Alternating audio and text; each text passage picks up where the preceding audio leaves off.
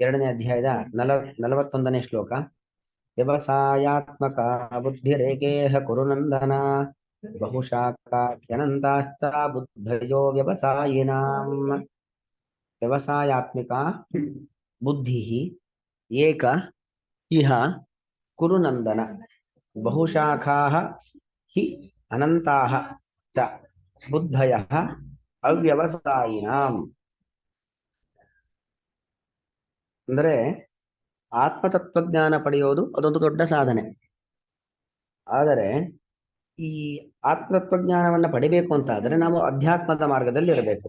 ಅಂದ್ರೆ ಈ ಒಂದು ಶಾಸ್ತ್ರ, ಪುರಾಣ ಇವುಗಳನ್ನ ಅಧ್ಯಯನ ಮಾಡುವಂಥದ್ದು, ಅಲ್ಲಿ ಹೇಳಿರತಕ್ಕಂಥ ವಿಚಾರಗಳನ್ನ ನಾವು ಶ್ರವಣ ಮಾಡಿ ಮನನ ಮಾಡಿ ನಿಧಿಧ್ಯಾಸನ ಮತ್ತೆ ಮತ್ತೆ ಮೆಲುಕು ಹಾಕುವಂಥದ್ದು, ಇದೆಲ್ಲವನ್ನ ನಾವು ಮಾಡಬೇಕು. ಆದ್ರೆ ನೋಡಿ, ನಮಗೆಲ್ಲರಿಗೂ ಇರುವಂತ ಒಂದು ದೊಡ್ಡ ಸಮಸ್ಯೆ ಏನು ಅಂತ ಹೇಳಿದ್ರೆ, ನಾವು ಯಾರು ಹೇಳಿದ್ದನ್ನ ಕೇಳಬೇಕು, ಯಾರು ಹೇಳಿದ್ದನ್ನ ಬಿಡಬೇಕು. ಉದಾಹರಣೆಗೆ ಇದೇ ಒಂದು ಗೀತೆ ಅಂತಾನೆ ಇಟ್ಟುಕೊಳ್ಳಿ, ಅದೇ ಕೃಷ್ಣನ ಮಾತು, ಅದೇ ಅರ್ಜುನನ ಪ್ರಶ್ನೆ ಅಲ್ವಾ. ಅದೇ 700 ಶ್ಲೋಕನೇ ಇರುವಂತ ಒಂದು ಗ್ರಂಥ ಆದರೂ ಕೂಡ ಇದಕ್ಕೆ ನೂರಾರು ಸಾವಿರಾರು ರೀತಿಯಾದ ವ್ಯಾಖ್ಯಾನಗಳು ಇದ್ದಾವೆ. ಅವರವರು ಅವರವರಿಗೆ ತೋಚಿದ ರೀತಿಯಲ್ಲಿ ವ್ಯಾಖ್ಯಾನಗಳನ್ನು ಬರೆದುಕೊಂಡು ಹೋಗಿದ್ದಾರೆ. ಒಬ್ಬರ ಪ್ರಕಾರವಾಗಿ ಈ ಗ್ರಂಥ ಅದ್ವೈತ ಅಂದ್ರೆ ಜೀವಬ್ರಹ್ಮರಿಗೆ ಐಕ್ಯವನ್ನ ಪ್ರತಿಪಾದನೆ ಮಾಡ್ತಾ ಇದ್ದಾರೆ, ಮತ್ತೊಬ್ಬರ ಪ್ರಕಾರವಾಗಿ ಈ ಗ್ರಂಥ ಭೇದವನ್ನ ಪ್ರತಿಪಾದನೆ ಮಾಡ್ತಾ ಇದೆ. ಜೀವ ಬೇರೆ ಬ್ರಹ್ಮ ಬೇರೆ ಎಂಬ ಭೇದವನ್ನ ಪ್ರತಿಪಾದನೆ ಮಾಡ್ತಾ ಇದೆ. ಒಬ್ಬರ ಪ್ರಕಾರವಾಗಿ ಗೀತೆ ಜಗತ್ತನ್ನ ಸುಳ್ಳು ಅಂತ ಹೇಳ್ತಾ ಇದ್ರೆ, ಮತ್ತೊಬ್ಬರ ಪ್ರಕಾರವಾಗಿ ಗೀತೆ ಜಗತ್ತನ್ನ ಸತ್ಯ ಅಂತ ಹೇಳ್ತಾ ಇದೆ. ಹೀಗೆ ಒಬ್ಬೊಬ್ಬ ಮತಾಚಾರ್ಯರು ಅವರವರ ಒಂದು ಆಲೋಚನಾ ಶಕ್ತಿಗೆ ಅನುಗುಣವಾಗಿ ಅವರವರ ಪೂರ್ವಾಗ್ರಹಕ್ಕೆ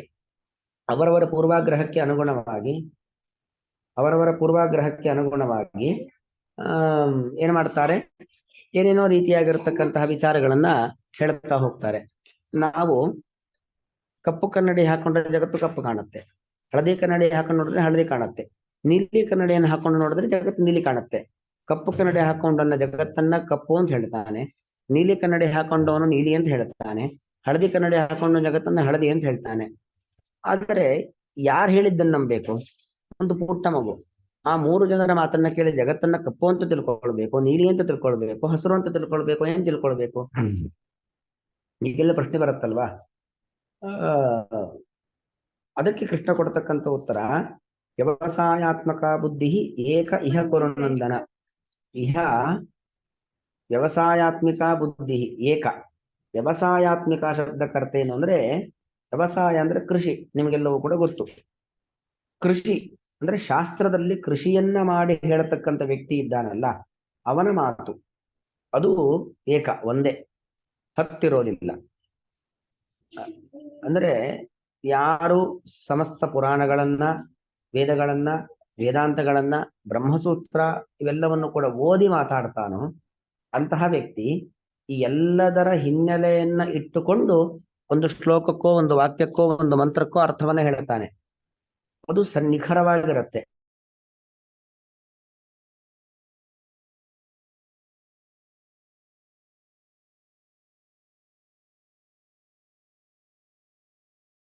ಅದ್ರಲ್ಲಿ ವ್ಯತ್ಯಾಸ ಅಂತ ಇರೋದಿಲ್ಲ.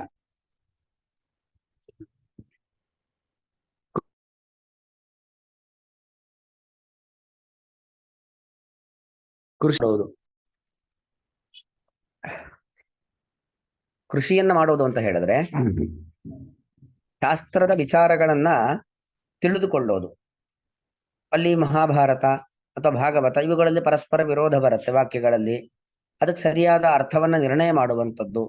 ಹೀಗೆ ಪರಸ್ಪರ ಶಾಸ್ತ್ರಗಳನ್ನ ಸರಿಯಾದ ಕ್ರಮದಲ್ಲಿ ವಿಚಾರವನ್ನ ಮಾಡಿ ಆ ಶಾಸ್ತ್ರದ ಅಭಿಪ್ರಾಯವನ್ನ ತಿಳಿದುಕೊಂಡು ಮುಂದುವರಿತಕ್ಕಂಥ ವ್ಯಕ್ತಿ, ಅವನ ಬುದ್ಧಿ ಅದು ವ್ಯವಸಾಯಾತ್ಮಿಕ. ಅದು ವಿಚಾರ ವಿಮರ್ಶೆಗಳನ್ನ ಮಾಡಿ ಆಡುವಂತ ಮಾತುಗಳಾಗಿರುತ್ತೆ. ಸುಮ್ಮನೆ ನನಗನ್ಸಿದ್ದನ್ನ ಆಡುವಂತ ಮಾತಲ್ಲ. ತತ್ವಮಸಿ ಅಂತ ವಾಕ್ಯ ಕೇಳಿದ ಕೂಡಲೇ ತತ್ವಮಸಿ, ತತ್ ಅಂದ್ರೆ ಆ ಬ್ರಹ್ಮ, ತ್ವಂ ಅಸಿ ನೀನೇ ಬ್ರಹ್ಮನಾಗಿದ್ದೀಯ ಅಂತ ಅನ್ಸತ್ತೆ. ತತ್ ತ್ವಂ ಅಸಿ ನೀನೇ ಬ್ರಹ್ಮನಾಗಿದ್ದೀಯಾ ಅಂತ ಅನ್ಸತ್ತೆ. ಆದರೆ ನಾವು ನಿಜವಾಗಿ ಶಾಸ್ತ್ರಗಳನ್ನ ವಿಚಾರ ಮಾಡಿದಾಗ ನಾನೇ ಬ್ರಹ್ಮ ಆಗ್ಲಿಕ್ಕೆ ಸಾಧ್ಯವಿಲ್ಲ. ಯಾಕೆ? ನಾನೇ ಬ್ರಹ್ಮ ಅಂತ ಆಗಿದ್ರೆ ಬ್ರಹ್ಮನಂತೆ ನನಗೆ ಯಾವುದೇ ದುಃಖ ಇರಬಾರದು. ಭಗವಂತನಿಗೆ ದುಃಖ ಇದೆಯಾ?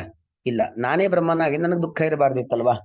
ಬ್ರಹ್ಮ ಇಡೀ ಜಗತ್ತನ್ನು ನಿರ್ಮಾಣ ಮಾಡಿದ್ದಾನೆ ಅಲ್ವಾ? ನಮಗೆ ಏನಾದ್ರು ಹಾಗೆ ಸಮಸ್ತ ಜಗತ್ತನ್ನ ಇನ್ನೊಂದು ಜಗತ್ತ ಸೃಷ್ಟಿ ಮಾಡೋ ಸಾಮರ್ಥ್ಯ ಇದೆಯಾ? ಇಲ್ಲ. ಭಗವಂತ ಸರ್ವಜ್ಞ, ಎಲ್ಲವೂ ಅವನು ತಿಳಿದಿದ್ದಾನೆ. ನಾವೆಲ್ಲವನ್ನು ತಿಳಿದಿದ್ದೀವಾ? ಇಲ್ಲ. ಅಂದ್ರೆ ಭಗವಂತನಲ್ಲೂ ನನ್ನಲ್ಲೂ ಇರತಕ್ಕಂತ ಎಷ್ಟು ಅನಂತ ಅನಂತ ಅನಂತ ಗುಣಗಳ ವ್ಯತ್ಯಾಸ ಇದೆ. ಆಮೇಲೆ ನಾನು ಬ್ರಹ್ಮ ಆಗ್ಲಿಕ್ಕೆ ಸಾಧ್ಯನಾ? ಇಲ್ಲ. ಆದ್ದರಿಂದಾಗಿ ಆ ಈ ವ್ಯವಸಾಯಾತ್ಮಿಕ ಬುದ್ಧಿ, ಶಾಸ್ತ್ರಗಳನ್ನ ಸರಿಯಾದ ರೀತಿಯಲ್ಲಿ ವಿಚಾರ ವಿಮರ್ಶೆಗಳನ್ನ ಮಾಡಿ ಆಡುವಂತ ಮಾತಿನ ಒಬ್ಬ ವ್ಯಕ್ತಿಯ ಬುದ್ಧಿ ಏನಿದೆ ಅದು ಏಕ, ಒಂದೇ. ಅಧ್ಯಾತ್ಮ ಮಾರ್ಗದಲ್ಲಿ ಸಾಗಲಿಕ್ಕೆ ನೂರಾರು ದಾರಿಗಳಿಲ್ಲ. ಕೆಲವರು ಹೇಳೋದುಂಟು ಗುರಿ ಒಂದೇ, ಆದರೆ ಮಾರ್ಗಗಳು ಹತ್ತಾರು ನೂರಾರು ಅಂತ. ಆದರೆ ಗುರಿ ಮುಟ್ಟಬೇಕು ಅಂತಾದ್ರೆ ಸಿಕ್ಕ ಸಿಕ್ಕ ದಾರಿಯಲ್ಲಿ ಹೋದ್ರೆ ಗುರಿ ಮುಟ್ಲಿಕ್ಕೆ ಆಗೋದಿಲ್ಲ. ಆ ಗುರಿಯತ್ತ ಕರೆದುಕೊಂಡು ಹೋಗುವಂತ ಒಂದು ರುಜು ಮಾರ್ಗ, ನೇರ ಮಾರ್ಗ ಅಂತ ಏನಿರತ್ತೆ, ಅಲ್ಲಿ ಆ ದಾರಿಯಲ್ಲಿ ಸಾಗಿದರೆ ಮಾತ್ರ ಗುರಿಯನ್ನ ಮುಟ್ಲಿಕ್ಕಾಗತ್ತೆ. ಏನೋ 10 ದಾರಿ ಇದೆ, 10 ದಾರಿ ಇದೆ, ಎಲ್ಲಿ ಹೋದ್ರೂ ನಿಮಗೆ ಅಲ್ಲಿಗೆ ಸೇರುತ್ತೆ ಅಂದ್ರೆ ಅದಾಗೋದಿಲ್ಲ. ಅದು ಅಧ್ಯಾತ್ಮದ ದಾರಿಯಲ್ಲಿ ನಾವು ಅಧ್ಯಾತ್ಮದ ಸಾಧನ ಶಿಖರವನ್ನ ಏರಬೇಕು ಅಂತಾದ್ರೆ, ಭಗವತ್ ತತ್ವಜ್ಞಾನವನ್ನ ಪಡಿಬೇಕು ಅಂತಾದ್ರೆ, ಯಾರು ವಿಚಾರ ವಿಮರ್ಶೆಗಳನ್ನ ಮಾಡಿ ಶಾಸ್ತ್ರಗಳನ್ನ ಓದಿ ಮಾತನ್ನ ಆಡುವವರು ಅಂತಿದ್ದಾರೋ ಅಂತವರ ಮಾತನ್ನ ನಾವು ತಲೆಗೆ ಹಾಕಿಕೊಳ್ಬೇಕು. ಅದಕ್ಕೆ ಕೃಷ್ಣ ಹೇಳುವಂಥದ್ದು ಕುರುನಂದನ, ಕುರುನಂದನ, ಕುರು ವಂಶದ ಕುಡಿ ನೀನು. ಅಂದ್ರೆ ಈ ಕುರುವಂಶ ನಿರಂತರವಾಗಿ ಬೆಳೆದುಕೊಂಡ ಬಂದ ವಂಶ. ಮೊದಲು ಅದು ಆ ಏನಾಗಿತ್ತು, ಕುರುವಂಶ ಎಂಬುವಂತ ಮೊದಲು ಪೂರ್ವ ಅಂತ ಒಬ್ಬ ರಾಜ, ಅವನು ಬಹಳ ಪ್ರಸಿದ್ಧನಾಗಿದ್ದ. ಅವನ ಪೂರ್ವಂಶ ಅಂತಿತ್ತು. ಅದಾದ್ಮೇಲೆ ಆ ರಾಜ್ಯದಲ್ಲಿ ದುಷ್ಯಂತನ ಮಗ ಭರತ ಹುಟ್ಟದ, ಭರತ ವಂಶ ಅಂತ ಹೆಸರು ಬಂತು. ಅದಕ್ಕೆ ಕೃಷ್ಣ ಅನೇಕ ಕಡೆ ಭಾರತ ಭಾರತ ಅಂತ ಕರೀತಾನೆ. ಆಮೇಲೆ ಒಬ್ಬ ಕುರು ಅಂತ ಒಬ್ಬ ರಾಜ ಈ ಒಂದು ಕುರುಕ್ಷೇತ್ರವನ್ನ ನಿರ್ಮಾಣ ಮಾಡದ. ಕುರು ಕೌರವರು ಅಂತ ಪ್ರಸಿದ್ಧರಾದ್ರು. ಕುರುವಂಶ ಅಂತ ಆಯ್ತು. ಇನ್ನು ಮುಂದೆ ಪಾಂಡವ ವಂಶ ಅಂತ ಆಗ್ಬೇಕು. ನೀವೆಲ್ಲರೂ ಕೂಡ ಸರಿಯಾದ ರೀತಿಯಲ್ಲಿ ಆ ಸಾಗಿದ್ರೆ ಮಾತ್ರ ನಿಮ್ಮ ಒಂದು ಆಚರಣೆಗಳಿಗೆ ಬೆಲೆ ಬರುತ್ತೆ, ನಿಮ್ಮ ವ್ಯಕ್ತಿತ್ವಕ್ಕೆ ಒಂದು ಗೌರವ ದಕ್ಕತ್ತೆ. ಅದರಿಂದಾಗಿ ಕುರುನಂದನ, ನಿಮ್ಮಲ್ಲಿ ಅನೇಕರು ವಂಶದ ಕೀರ್ತಿಯನ್ನ ಇನ್ನೂ ಹೆಚ್ಚಿಸುವ ಪ್ರಯತ್ನವನ್ನ ಮಾಡಿದ್ದಾರೆ. ಅಂತಹ ವಂಶದಲ್ಲಿ ಹುಟ್ಟಿರ್ತಕ್ಕಂಥ ವ್ಯಕ್ತಿ ನೀನು. ಕುರುನಂದನ, ಕುರುವಂಶವನ್ನ ಬೆಳಗಿಸುವವನೇ. ವ್ಯವಸಾಯಾತ್ಮಿಕ ಬುದ್ಧಿ, ಇಹ ಇಹ ಅಂದ್ರೆ ಈ ಅಧ್ಯಾತ್ಮ ಸಾಧನೆಯ ದಾರಿಯಲ್ಲಿ, ಮುಕ್ತಿ ಮಾರ್ಗದಲ್ಲಿ, ಭಗವತ್ ತತ್ವಜ್ಞಾನವನ್ನ ಪಡೆಯುವ ದಾರಿಯಲ್ಲಿ. ಇಹ ಅಂದ್ರೆ ಇಲ್ಲಿ, ಇಲ್ಲಿ ಅಂದ್ರೆ ಇಲ್ಲಿ ಅಧ್ಯಾತ್ಮದ ದಾರಿಯಲ್ಲಿ, ಸಾಧನೆಯ ಮಾರ್ಗದಲ್ಲಿ, ಭಗವತ್ ತತ್ವಜ್ಞಾನವನ್ನ ಪಡೆಯುವಂತ ದಾರಿಯಲ್ಲಿ ವ್ಯವಸಾಯಾತ್ಮಿಕ ಬುದ್ಧಿ, ಶಾಸ್ತ್ರ ಯುಕ್ತಿಗಳ ಮಥನ, ಚಿಂತನೆ, ವಿಮರ್ಶೆ ಇವುಗಳಿಂದ ಮೂಡಿ ಬಂದಂತ ಬುದ್ಧಿ ಮಾತು ಏಕರೂಪವಾಗಿರುತ್ತದೆ. ಅವ್ಯವಸಾಯಿನ, ಅವ್ಯವಸಾಯಿಗಳು ಅಂದ್ರೆ ಚಂಚಲ ಚಿತ್ತರು. ಏನು ಮೇಲಕ್ಕೆ ಕಂಡು ಬಿಡುತ್ತೋ ಅದನ್ನು ಹೇಳ್ಬಿಡೋದು.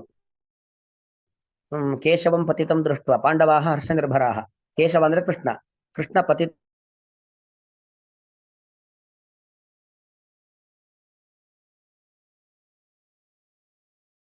ಕೃಷ್ಣ ಪತಿತಂ ಕೇಶವಂ ದೃಷ್ಟ, ಕೃಷ್ಣ ಬಿದ್ದದ್ದನ್ನು ನೋಡಿ ಪಾಂಡವಾಹ ಹರ್ಷ ನಿರ್ಭರಾಹ. ಪಾಂಡವ ಶಬ್ದಕ್ಕರ್ಥ ಏನು? ಬಿಳಿ ಬಣ್ಣದ ಪಕ್ಷಿಗಳು ಸಂತೋಷ ಪಟ್ಟವು. ರುದಂತಿ ಕೌರವ ಸರ್ವೆ, ಪಾಂಡವರು ಸಂತೋಷ ಪಟ್ಟರು. ರುದಂತಿ ಕೌರವ ಸರ್ವೆ, ಕೌರವರು ಅಂದ್ರೆ ದುರ್ಯೋಧನ ಮೊದಲಾದ ಕೌರವರು ಅಳ್ತಾ ಇದ್ದಾರೆ. ನೋಡಿದ ಕೂಡಲೇ ಏನನ್ಸತ್ತೆ? ಕೇಶವಂ ಪತಿತಂ ದೃಷ್ಟ, ಕೃಷ್ಣ ಬಿದ್ದದ್ದನ್ನು ನೋಡಿ ಪಾಂಡವಾಹ ಹರ್ಷ ನಿರ್ಭರಾಹ, ಪಾಂಡವರು ಸಂತೋಷ ಪಟ್ಟರು. ರುದಂತಿ ಕೌರವ ಸರ್ವೇ ಹಾ ಕೇಶವ ಕೇಶವ, ಎಲ್ಲಾ ಕೌರವರು ಅಳ್ತಾ ಇದ್ದಾರೆ, ಅಯ್ಯೋ ಕೃಷ್ಣ ಬಿದ್ದ ಕೃಷ್ಣ ಬಿದ್ದ ಅಂತ. ನಿಜವಾಗಿದ್ದು ಸಾಧ್ಯನಾ? ಕೃಷ್ಣ ಬೀಳ್ಲಿಕ್ಕೆ ಸಾಧ್ಯ? ಫಸ್ಟ್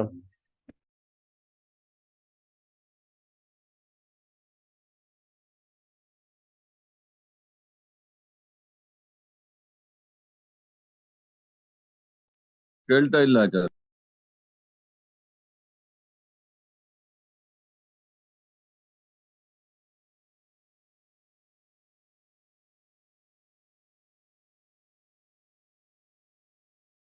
ಏನು ಕೇಳ್ತಾ ಇಲ್ಲ ಆಚಾರ್ಯ.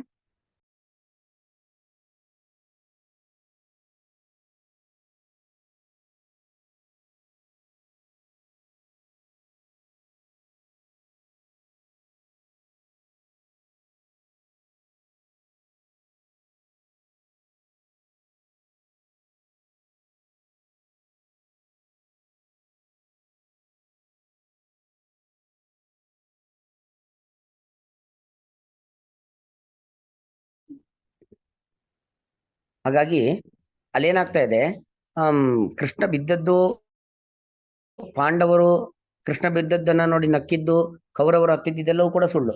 ಮತ್ತೇನ ಅಭಿಪ್ರಾಯ ಅಂತ ಹೇಳಿದ್ರೆ, ಪಾಂಡವಾಹ ಅಂದ್ರೆ ಪಾಂಡು ಅಂದ್ರೆ ಬಿಳಿ ಅಂತ ಅರ್ಥ, ಬಿಳಿ ಬಣ್ಣದ ಪಕ್ಷಿಗಳು.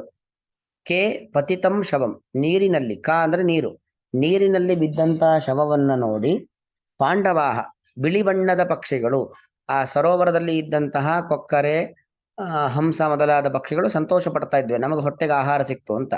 ರುದಂತಿ ಕೌರವ ಸರ್ವೆ, ಆಕಾಶದಲ್ಲಿ ಹಾರಾಟ ಮಾಡತಕ್ಕಂಥ ಪಕ್ಷಿಗಳು ಅಳ್ತಾ ಇದ್ದಾವೆ, ಅಯ್ಯೋ ನೆಲ ಮೇಲೆ ಬಿದ್ದಿದ್ವಿ, ನಾವು ತಿಂತಾ ಇದ್ವಿ, ನೀರಲ್ಲಿ ಬಿದ್ದು ಬಿಡುತ್ತಲ್ಲ ಶವ, ನಾವು ತಿನ್ಲಿಕ್ಕೆ ಆಗೋದಿಲ್ಲ ಅಂತ.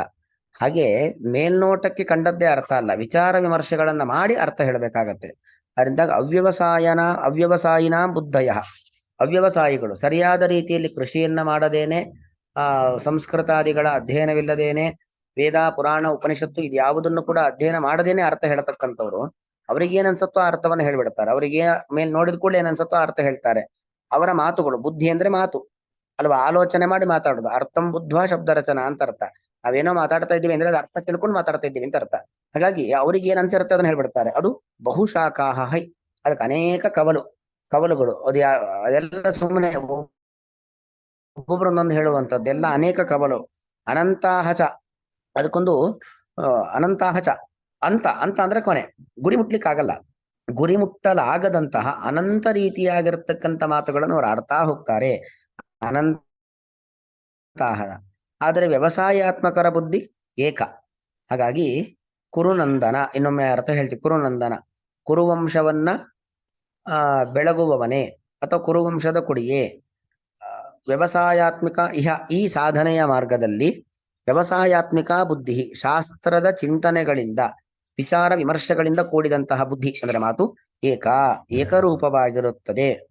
ಅವ್ಯವಸಾಯಿನಾಂ ಚಂಚಲ ಚಿತ್ತರ, ಅಂದ್ರೆ ಶಾಸ್ತ್ರದಲ್ಲಿ ಕೃಷಿಯನ್ನ ಮಾಡದವರ ಬುದ್ಧಯ ಮಾತುಗಳು ಬಹುಶಾಖಾ ಹಿ, ಅನಂತ ಕವಲುಗಳಷ್ಟೇ. ಮತ್ತು ಅನಂತಾಹ ಹಿ, ಅಂತ ಅಂದ್ರೆ ಕೊನೆ, ಗುರಿ ಇಲ್ಲದಷ್ಟೇ, ಅದೊಂದು ಗುರಿಯನ್ನ ಮುಟ್ಟಿಸುವಂತದ್ದಲ್ಲ. ಹಾಗಾಗಿ ನಾವು ಯಾರ ಮಾತು ಕೇಳಬೇಕು, ಯಾರ ಮಾತು ಬಿಡಬೇಕು ಅಂತ ಹೇಳಿದ್ರೆ, ಯಾರು ಸರಿಯಾಗಿ ಶಾಸ್ತ್ರಜ್ಞಾನವನ್ನ ತಿಳ್ಕೊಂಡಿದ್ದಾರೋ, ವೇದ ಪುರಾಣ ಉಪನಿಷತ್ತು ವ್ಯಾಕರಣ ಮೀಮಾಂಸಾ ಇದೆಲ್ಲವನ್ನು ಕೂಡ ಅಧ್ಯಯನ ಮಾಡಿಕೊಂಡು ಮಾತಾಡ್ತಾರೋ ಅಂತವರ ಮಾತನ್ನ ನಾವು ಪ್ರಮಾಣ ಅಂತ ಒಪ್ಬೇಕು. ಅವರ ಮಾತನ್ನ ನಾವು ಪುರಸ್ಕರಿಸಿ ಮುಂದುವರಿಬೇಕು ಹೊರತು, ಕೇಳೋರ ಮಾತೆಲ್ಲ ಕೇಳೋದಲ್ಲ, ಕೇಳಬೇಕಾದವ್ರ ಮಾತನ್ನ ಕೇಳಬೇಕು ಹೊರತು ಎಲ್ಲರ ಮಾತನ್ನು ಕೇಳಬೇಕಾದದ್ದಲ್ಲ. ಅವರನ್ನ ನಾವು ಹಿಂಬಾಲಿಸಿಕೊಂಡು ಹೋಗಬೇಕು, ಅವರು ನಮ್ಮನ್ನ ಗುರಿ ಮುಟ್ಟಿಸ್ತಾರೆ ಅನ್ನೋದು ಅಭಿಪ್ರಾಯ.